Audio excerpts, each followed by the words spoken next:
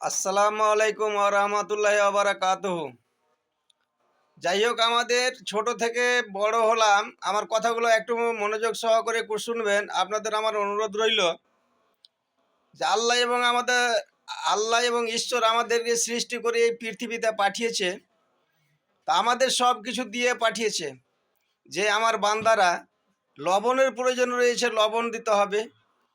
ঝাল খাবার মন আছে, ঝাল দিতে হবে। মিষ্টি খাওয়ার মন আছে, মিষ্টি দিতে হবে।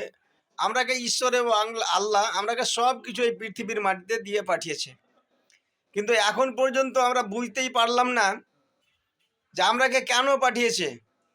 এই জন্য পাঠিয়েছে যে ঈশ্বরের কিছুটা ইবাদত করার জন্য, আল্লাহর ইবাদত করার জন্য। আমরা বড় বড় মসজিদ তৈরি করেছি, কিন্তু আমার নামাজ পড়তে যাই না। কিন্তু নামাজ তো আমাদের প্রত্যেকের জন্য ফরজ রয়েছে। অনেকেই বলে যে আমি এই জন্য নামাজ পড়তে পারি না, এই কাজের জন্য পারি না।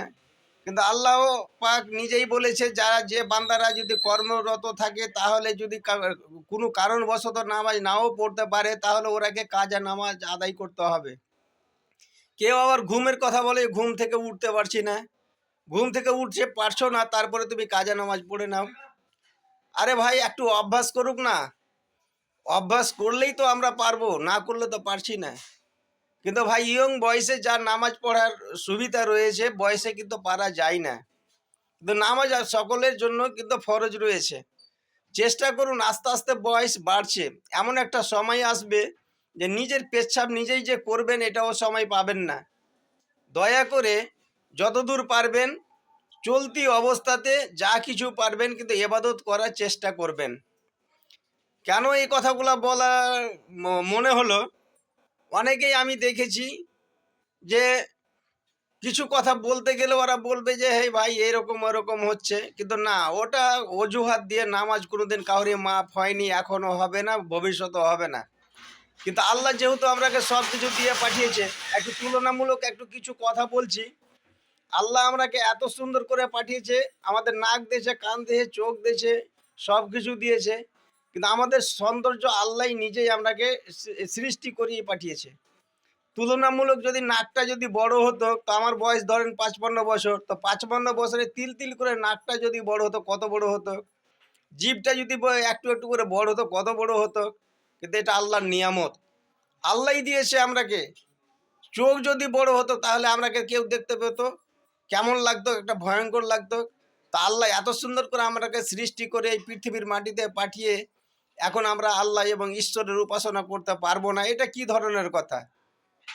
আমরাকে তো আল্লাহ কিছুতেই কম করেনি। খাওয়ার দাওয়ার থেকে শুরু করে সব কিছু আমরাকে কিন্তু আল্লাহ দিয়েছে। যেমন ধরেন যে ঝালের দরকার আছে, তাহলে ঝালও দিয়েছে। গোলমরিচের দরকার পড়েছে, গোলমরিচ দিয়েছে। কাশি সর্দি হবে না গোলমরিচ খেলে, তার জন্য আল্লাহ গোলমরিচও পাঠিয়েছে, লবণ পাঠিয়েছে, মিষ্টান্ন পাঠিয়েছে, চিনি পাঠিয়েছে, অনেক ধরনের সব কিছু পাঠিয়েছে। কিন্তু আমরা কেন আল্লাহর ইবাদত করব না?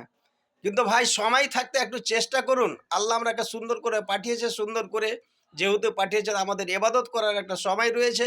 সে সময়ের মধ্যে ইবাদত না করতে গেলে আল্লাহর কাছে খালি হাতে গিয়ে কোনো লাভ নেই। তো যাই হোক, আমি বেশি কিছু বললাম না। বয়সের সাথে ইবাদতের কিন্তু একটা সম্পর্ক রয়েছে। বয়স থাকতে থাকতে যা কিছু করবেন করেলেন।